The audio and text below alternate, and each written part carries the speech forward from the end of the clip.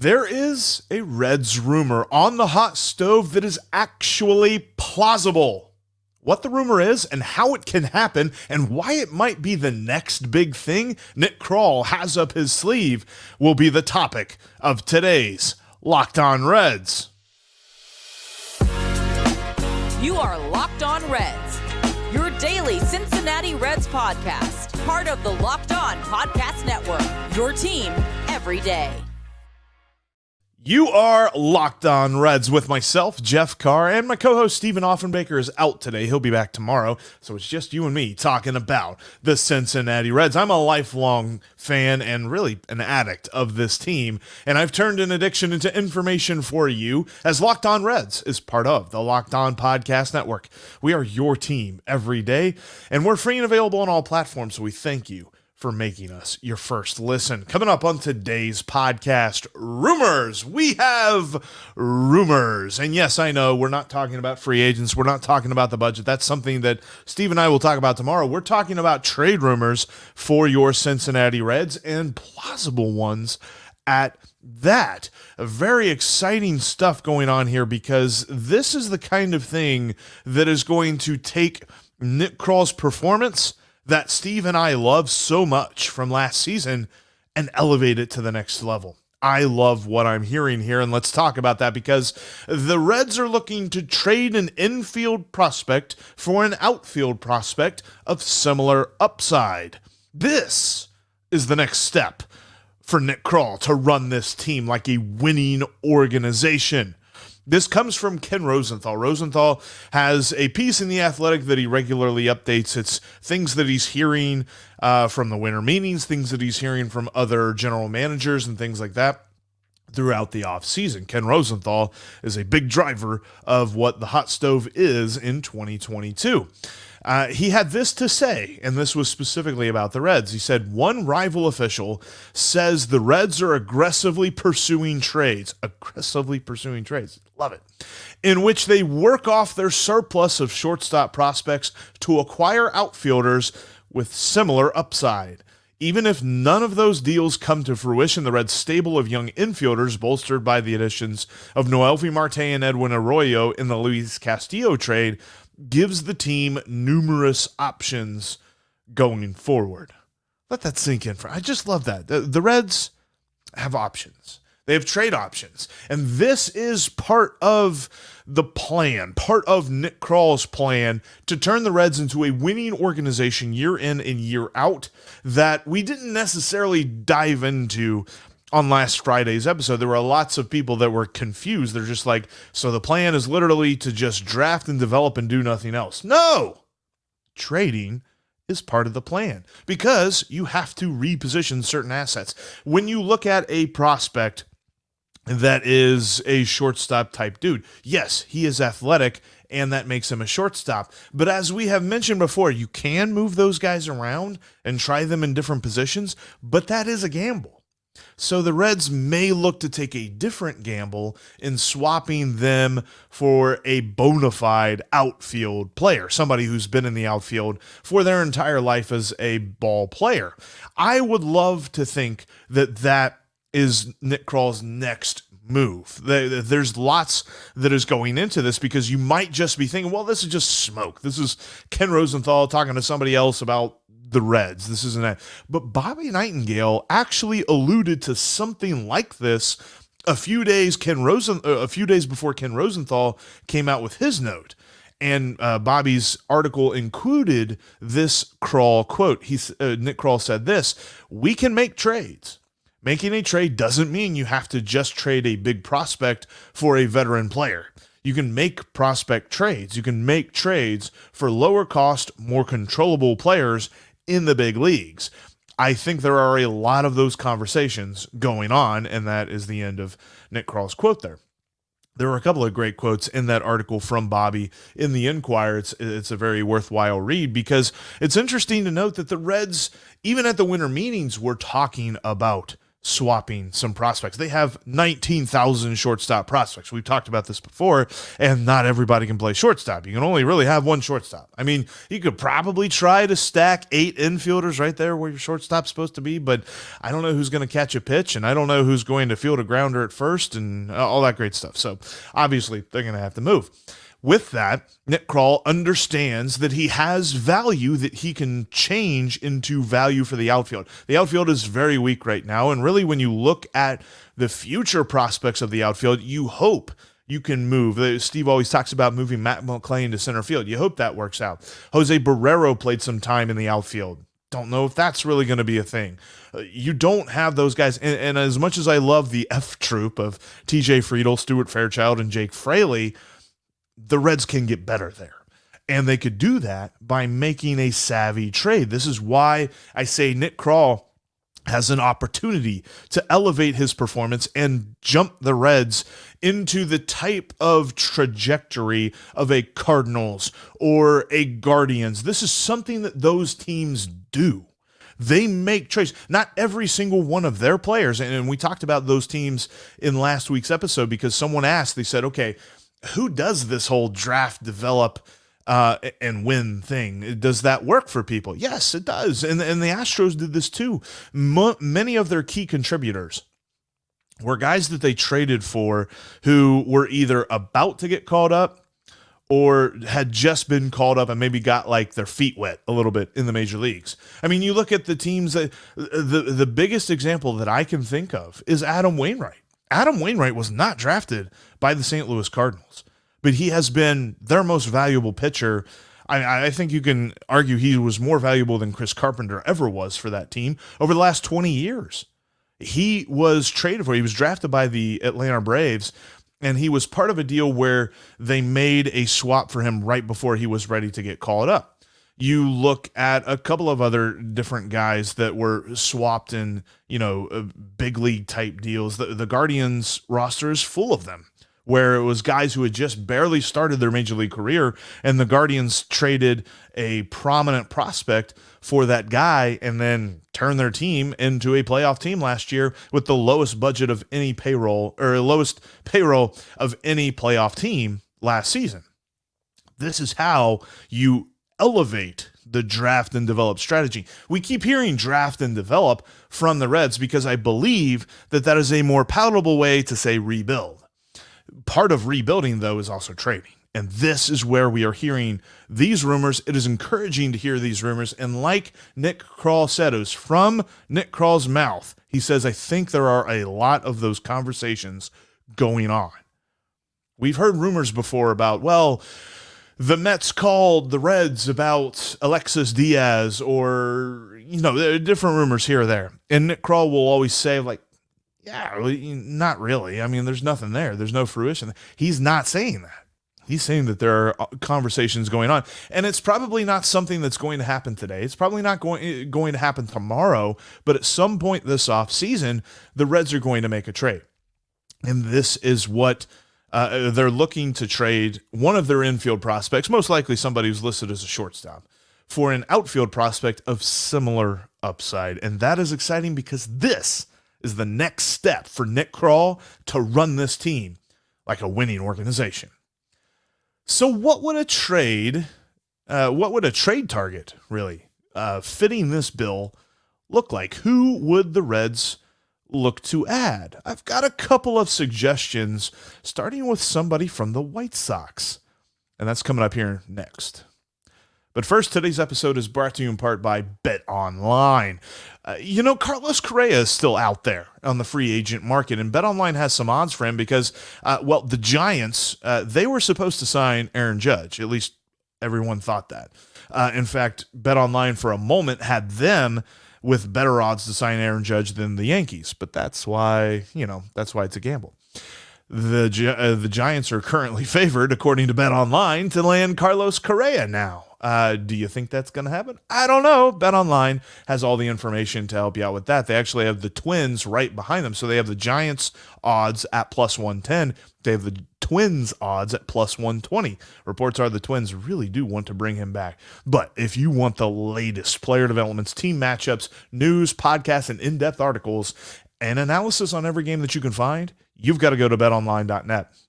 As always, BetOnline remains your continued source for all your sports wagering information, and they've got live betting. They've got up-to-the-minute scores for literally every sport out there. It's the fastest and the easiest way to check in on all your favorite games and events, including the NFL as we march toward the playoffs. Bengals got another win beating down them Brownies last week. Now they got the Bucks. You got the old GOAT and Tom Brady against the new GOAT in Joe Burrow. They've got everything when you're talking about college football, the bowl season's getting going, college basketball. You've got MMA, you've got boxing, you've got golf. It's all at betonline.net. Head to betonline.net now on your desktop or your mobile device to learn more about the trends in action. BetOnline is where the game starts. Thanks so much for joining us here on today's Locked On Reds. It's just you and me today. Steve will be back tomorrow, and on tomorrow's podcast, there's one New York team that is spending money on free agents like it's on fire, and it's not the Yankees.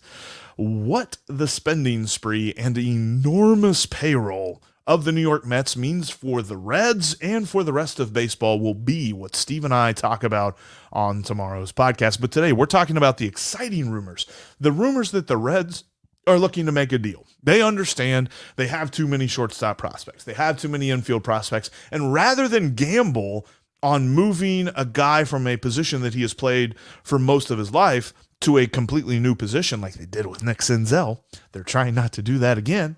The Reds are looking for similar upside in a trade for one of those outfielders.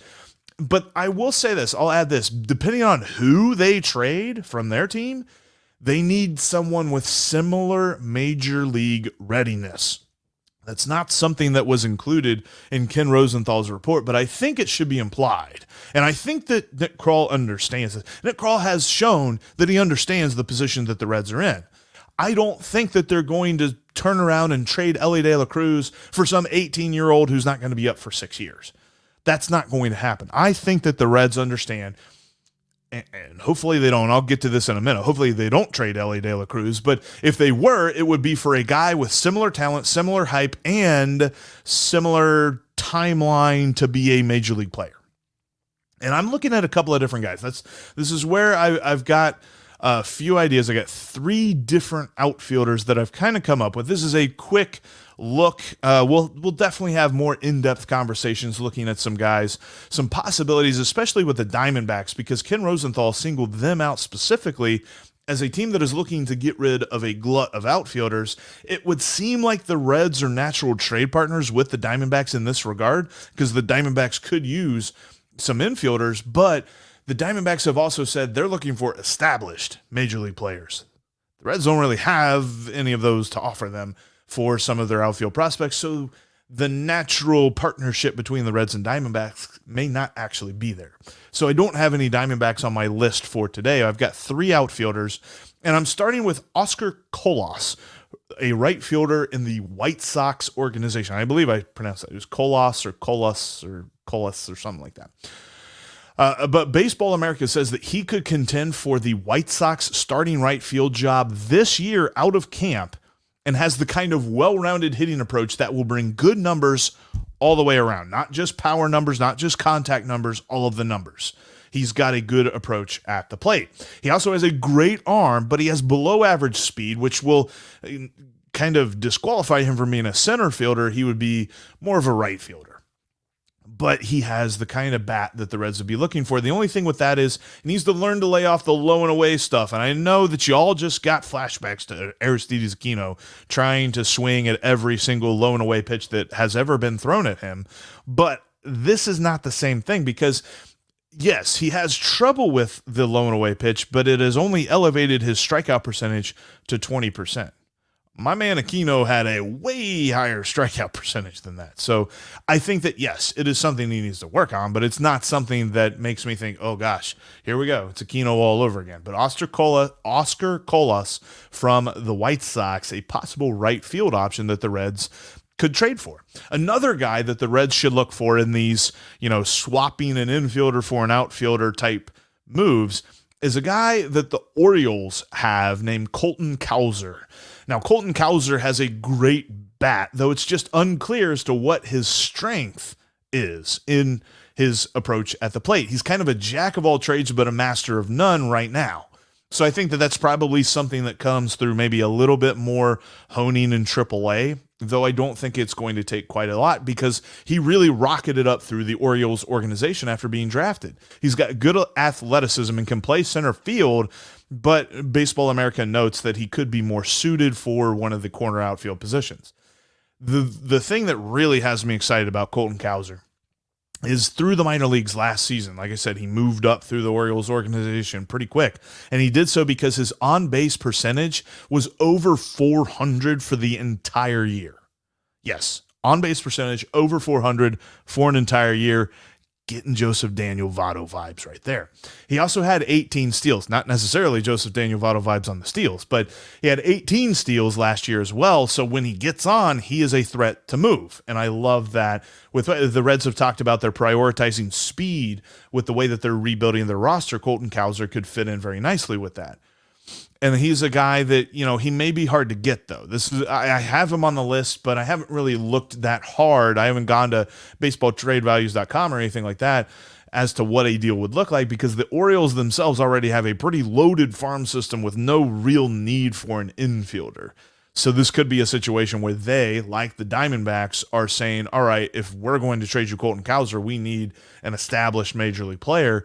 And the Reds don't really have, I'm not thinking that Jonathan India or Tyler Stevenson should be traded for this guy. So I just think that that's where the Orioles are. That might be Colton Cowser, maybe an option, but maybe not. The one dude that I really got excited about when I looked at this, though, is Baseball America has him as a top 10 prospect in the Rays organization, and that's Mason Auer, I think. Auer. Auer, Mason Auer, I think is his name. He's a center fielder in the Rays organization. Fast with a really strong arm. In fact, he was clocked at 98.9 miles an hour in the Arizona Fall League throwing it from the outfield. That sounds like a keynote in the good way. His hitting approach is more refined for a 21-year-old, but still needs a little bit of polish to it. But they said that he's got very good contact with very good power. In fact, above average power is what Baseball America notes for Mason Auer. He is predicted to be an above average center fielder or an elite corner outfielder. I would love to see the Reds acquire a center field type talent. And when they give the scouting numbers on Mason Auer, they put a 70 on his speed. Again, that's 20 to 80 on the scouting scale. 70 means plus stuff. That's like getting close to elite speed. And then his arm is an 80, literally the highest you can go. Like the scouting scale doesn't go above 80. That's what his arm is. Would love to see the Reds take a shot at Mason Auer. Although we know that trades with the Rays are pretty good at that. So who knows what a trade like that would look like. But the Reds are looking for some similar upside in a trade, and depending on who they trade, a similar major league readiness. And this is where the question becomes, all right, who should the Reds look at trading? And who should they keep in this scenario? I'll tell you why there's an obvious name on one of those sides coming up here in just a moment. But first, this episode is brought to you in part by SimpliSafe. Here at Locked On Reds, we believe home should be where you and your family feel safest, especially over the holidays. This season, give yourself and your family the gift of peace and protection with the #1 rated home security system, SimpliSafe. And right now, SimpliSafe is offering Locked On Reds listeners like you 40% off a new security system. Just don't put this off here. Here's why I love it. They have an ease of control. All of the system's elements can be controlled through an app on your smartphone. Control your SimpliSafe system from anywhere. It gives you peace of mind and easy access to safety. SimpliSafe is whole home security with advanced sensors for every room, window, and door.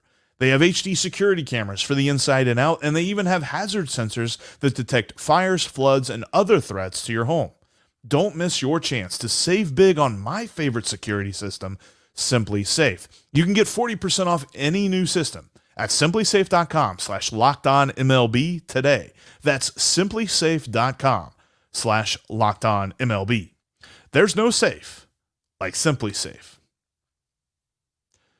You can follow the podcast on all your favorite platforms, including YouTube. If this is your first time watching, thank you so much. Make sure you hit that subscribe button and you click the bell to get notified when we've got new content for you. Lots of new content coming this off season. This is our last week where we will have 5 episodes a week. Starting next week, we will drop down less than 5 episodes. It'll probably be 3 or 4 episodes each week up until pitchers and catchers report, but we're going to be with you all throughout the offseason with Reds content for you each and every week. So make sure you're following us. You can also follow us on Twitter. You can follow me at Jeff Carr with 3 Fs, as the little nameplate says. You can follow Steve at S. Offenbaker with 2 Fs. And you can follow the show at Locked On Reds. All right. Who should the Reds trade in this scenario? I'll make it really easy. Don't trade Ellie De La Cruz. I know that we have gone through a long period of time where the argument has always been trade anything that's not nailed down. Ellie De La Cruz should be nailed down. There is so many people that have seen him play, whether they be former players, whether they be scouts, whether they be executives, whether they be media personalities. And literally all of them have the same thing to say. I don't want to compare him to anybody because, number one, that's not fair to him. And number two, that's not fair to that other guy because Ellie is probably better than him. Ellie is so freaking good. Don't trade him. And I think that Nick Krall knows this. I think that Nick Krall is going to make sure that there are anybody who he picks up the phone to talk to say, hey, I got an idea for a trade. And they say, hey, how about Ellie De La Cruz? He's like, you know what? I'm running low on minutes. I'll talk to you later. That's it. Don't talk about Ellie De La Cruz going anywhere else except Cincinnati this year. He's going to be a stud. Can't wait to see this. And the other thing with this is probably the biggest problem with any of these trade scenarios is that shortstop isn't exactly set just yet. Like, I know that the Reds have a ton of shortstop prospects, but the key word there is prospects. They don't actually have a bunch of major league shortstops yet. Now, Ellie De La Cruz, I firmly believe, will fix that. He will be the Reds shortstop. However, to assume that any of these guys are your everyday major league shortstop and say that the others aren't and make a trade out of that assumption could be detrimental. So maybe this isn't something that gets done. I don't think they trade Ellie De La Cruz, and I think that he plays shortstop, and I think everything is fine. But the one thing with this rumor is the Reds are trading out of a shortstop prospect surplus, not a shortstop surplus. It's 2 very different things. I look at the different guys that we're talking about. So we're talking about infielders. We're probably just talking about shortstop. So I don't think that Christian Encarnacion Strand is in any one of these talks. He might be brought up, but honestly, other than Ellie De La Cruz, I think he's the closest to the major leagues. And Matt McLain isn't very far behind, although Matt McLain does fit the bill. I'd say the most expendable of the top Reds prospects who are infielders / shortstops, whatever, are Noelvi Marte and Edwin Arroyo, the 2 guys that headlined the Luis Castillo trade. But of those 2, I only think Arroyo makes sense to trade right now. Arroyo is a guy who they say is probably still not going to be ready till about 2025, maybe even 2026. If you're telling me you could flip him for a guy who is either ready to come up this year or maybe get a cup of coffee this year and be fully ready for 2024, then that is an A-plus trade. So if you could trade Edwin Arroyo for Mason Auer from the Rays, I would love to see that. You're talking about a guy with elite scouting numbers, the different scouts that have talked about Mason Auer. And Auer is close. I don't necessarily know that he would be in the major leagues this year, but maybe later on, maybe like an August or September type dude. Get a cup of coffee, get ready for 2024 type stuff. But the tools that he has is very enviable. And if you could flip Edwin Arroyo, who some say is better than Noelvi Marte, but he's just not going to be in the major leagues for a couple more years, then I think that you speed up the window a little bit. Now, the caution with this, the caution with any of these trades, is that when you're talking about prospects and when you're talking about what the Reds are trying to do, they're trying to build a system that furnishes their major league team with talent in waves. So we've got the first wave. We've got Hunter Green. We've got Nick Lodolo. We've got Graham Ashcraft. We've got Alexis Diaz. We've got Tyler Stevenson and Jonathan India. The next wave needs to start this year and next year and stuff like that. And then you've got to have a wave after that. And you got to have, it's got to be like the ocean. You got to just keep having waves coming in. So if you find yourself in a position, if Nick Krall, I don't know why you would find yourself in this position, or I would. If Nick Krall finds himself in this position where he's giving up a wave for now, then he's got to have another plan on the backside of that. Because as the Reds have said, the majority of their team, not all 26 guys on the major league roster, but the core of their team are going to be players that they have developed in their own farm system. So in order to do that, you have to have multiple waves. You have to have the Edwin Arroyos. You have to have the Chase Pettys, the guys that are years away, but have some kind of talent that you're super excited about. Connor Phillips might be in that kind of a wave. I don't necessarily know that we're going to see him in the major leagues. I definitely don't think it's going to be this year. It might be a stretch to say 2024, so he might even be a 2025 guy. So those are the kind of guys that I'm talking about. Don't deplete a wave in order to go all in on this. And I know that's not something that we've said in the past, but if the Reds are going to follow the plan that they've set out, then you don't mortgage your future for the present. Because if you do that, then you're saying, okay, we're going to try to do what we can to win this year, but then we will see some years of rebuilding.